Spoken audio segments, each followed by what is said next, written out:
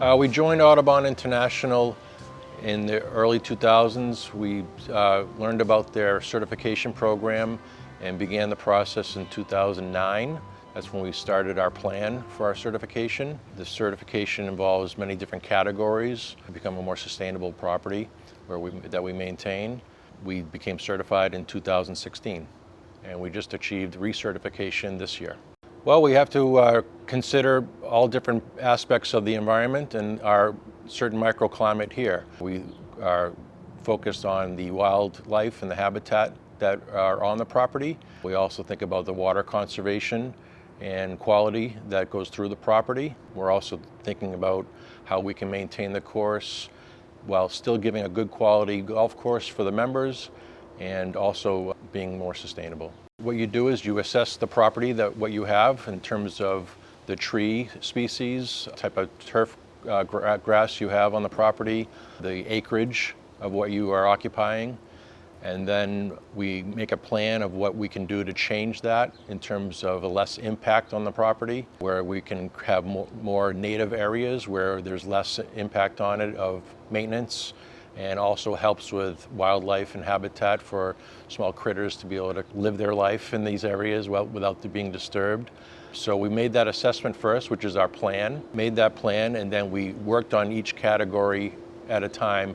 We're a small club with a small staff, so it was a long process for us to do all this work together, but we achieved it a few years later. Well, you're always trying to improve. So where we had a certain square footage of natural areas, we try to see, without impacting play too much, how we can increase that area. And we did quite a bit these last couple of years. We were able to just find areas where play is minimal play, and it's not going to make much of a difference in terms of how it impacts the golf. It's all about the support of the membership and understanding what our goal is to become certified. They understand that the practices that we put in place are for the benefit of the environment and for the property that we occupy.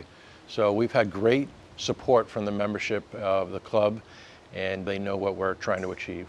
So part of our outreach is our signage that we have on the golf course. So we have a lot of signs on the course. So we're not just a private membership. We also, members of the town, Needham residents, are allowed to play here in certain times. So while they're playing, they do see and read the signs to understand what we are trying to do here. It explains the different parts of the course.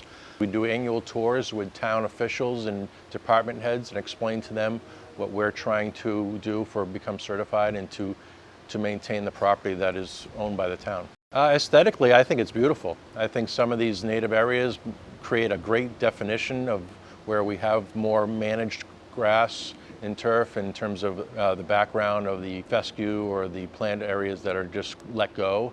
I think it adds a little diversity there. I think more outreach would be great for people that do not play golf and don't understand what we're trying to do here. I think that would be helpful. We're always just finding other ways of trying to improve each category. The different categories where, like I said, all the wildlife, conservation, and chemical reduction and safety. So just continuing that and finding ways to improve.